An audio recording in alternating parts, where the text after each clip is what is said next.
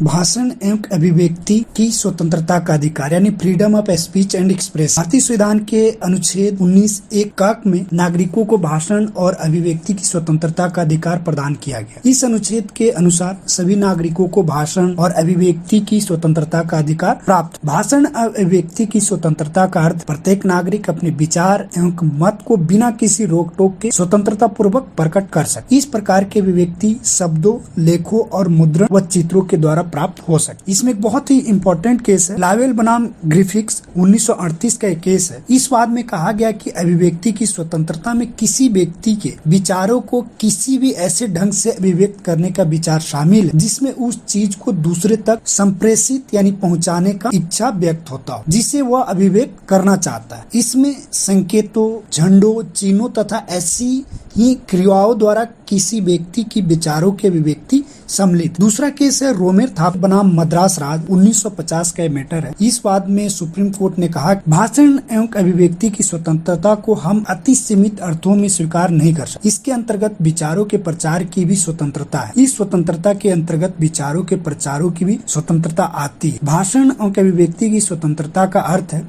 शब्दों, लेखों, चित्रों, मुद्रणों या किसी प्रकार से अपने विचारों को व्यक्त करना। अनुच्छेद 19 में प्रयुक्त अभिव्यक्ति इसके क्षेत्र को अत्यधिक विस्तृत कर देता है यानी बहुत बड़ा बना देता है। विचारों को व्यक्त करने में जितने भी माध्यम हैं सभी अभिव्यक्ति शब्द के अंतर्गत आते हैं। इस तरह वाक्य एवं अभिव्यक्ति की स्वतंत्रता में निम्नलिखित बातें सम्मिलित है। जो सबसे पहला है प्रेस की स्वतंत्रता, दूसरा है विज्ञापन की स्वतंत्रता, तीसरा है प्रदर्शन, धरना और हड़ताल और चौथा है चलचित्र। सबसे पहले हम जानेंगे प्रेस की स्वतंत्रता के बारे में। प्रेस की स्वतंत्रता का अर्थ होता है कि अपने विचारों और अभिव्यक्ति को समाचार पत्रों और पत्रिकाओं में निर्बाध रूप से प्रकट करना। प्रजातंत्र की सफलता के लिए प्रेस की स्वतंत्रता होना अत्यंत आवश्यक है। इसमें बहुत इंपॉर्टेंट केस है सकल पेपर्स बनाम भारत संघ 1962 का एक केस है। सुप्रीम कोर्ट द्वारा इस केस में कहा गया कि भाषण एवं अभिव्यक्ति की स्वतंत्रता में प्रेस की स्वतंत्रता भी शामिल है क्योंकि समाचार पत्र विचारों को अभिव्यक्त करने का एक माध्यम ही है। इसमें हम जानेंगे पूर्ण अवरोध असंवैधानिक है। प्रेस की स्वतंत्रता का अर्थ है सरकार की बिना पूर्व अनुमति के अपने विचारों को प्रकाशित। कोई भी कानून जो विचारों के प्रकाशन पर पूर्व अवरोध का प्रावधान करता है वह अनुच्छेद 19(1) में दी गई स्वतंत्रता का अतिक्रमण करता है। इसमें केस है ब्रजभूषण बनाम दिल्ली राज 1950 का ही मैटर है। इस मामले में दिल्ली के चीफ कमिश्नर ने east Punjab public safety act 1949 की धारा 7 के अंतर्गत दिल्ली के एक साप्ताहिक समाचार पत्र पर यह सेंसर लगाया। वह उन सभी प्रकार के सांप्रदायिक मामलों और पाकिस्तान से संबंधित समाचारों आदि की जो सरकारी न्यूज एजेंसियों द्वारा प्राप्त नहीं किए गए हैं प्रकाशित करने से पहले सरकार की पूर्व अनुमति प्राप्त कर। सुप्रीम कोर्ट ने कहा कि समाचार पत्र पर सेंसर लगाना प्रेस की स्वतंत्रता पर अनुचित प्रतिबंध, इसलिए सरकार का आदेश असंवैधानिक। इसमें केस और बहुत इंपॉर्टेंट केस है एक्सप्रेस न्यूज़पेपर्स बनाम भारत संघ, ये ईयर 1958 का एक केस है। इस वाद में सुप्रीम कोर्ट ने कहा कि ऐसा कोई कानून जो समाचार पत्रों पर पूर्व अवरोध की व्यवस्था करता है या उसके परिचालन को कम करता है या उनके प्रारंभ किए जाने को रोकता है या उनके चालू रहने के लिए सरकारी सहायता को आवश्यक बना देता है वह अनुच्छेद 19(1) में मिली स्वतंत्रता का अतिक्रमण करता है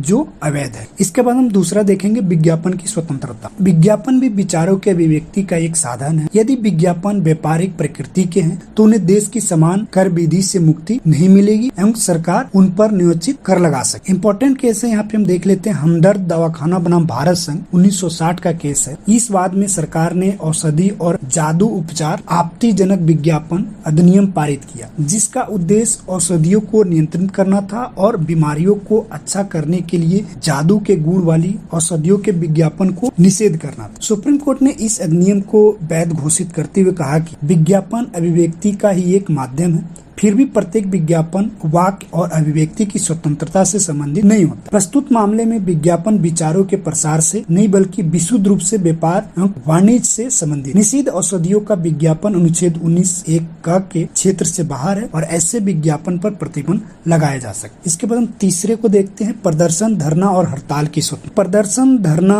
भी अभिव्यक्ति के साधन होते हैं। हिंसात्मक प्रदर्शन और धरनों पर राज्य सरकार निर्बंध लगा सकती है। वे प्रदर्शन जो हिंसात्मक और उचित खल नहीं होते वो इसके संरक्षण प्राप्त। इसी प्रकार हड़ताल करने का अधिकार मूल अधिकार नहीं है, किंतु नियोजित कारणों से इसे भी संरक्षण प्रदान किया गया। इसके बाद हम चौथा देखेंगे चलचित्र। चलचित्र भी विचारों और वाक का एक माध्यम। यह प्रश्न आया कि क्या अनुच्छेद 19(2) के अंतर्गत चलचित्रों पर पूर्व अवरोध लगाया जा सकता है। तो इसमें केस है एक अभ्यास बनाम भारत संघ 1971 का केस। सुप्रीम कोर्ट ने यह निर्धारित किया कि चलचित्रों पर पूर्ण अवरोध अनुच्छेद 19(a) के अ और ब के अधीन संवैधानिक है। चलचित्रों के निर्माण पर एवं प्रदर्शन पर पूर्ण अवरोध लोकहित में है। अब इसके बाद हम जानेंगे भाषण एवं अभिव्यक्ति की स्वतंत्रता पर निर्बंध। अनुच्छेद 19(2) में भाषण अभिव्यक्ति की स्वतंत्रता पर निर्बंध लगाया जा सकता है। वे निर्बंध हैं जो सबसे पहला है राज्य की सुरक्षा, दूसरा है विदेशी राज्यों से मैत्रीपूर्ण संबंधों के हित में, तीसरा है सार्वजनिक व्यवस्था, चौथा है शिष्टाचार या सदाचार के हित में, पांचवा है न्यायालय अवमानना, छठा है मानहानि, सातवां अपराध उद्दीपन के मामले में और आठवां भारत की संप्रभुता और अखंडता। इस प्रकार हम कह सकते हैं कि राज्य सरकार उपरोक्त किसी भी आधार पर भाषण और अभिव्यक्ति की स्वतंत्रता पर अंकुश लगा सकती है और राज्य सरकार द्वारा लगाया गया ऐसा अंकुश संवैधानिक होगा।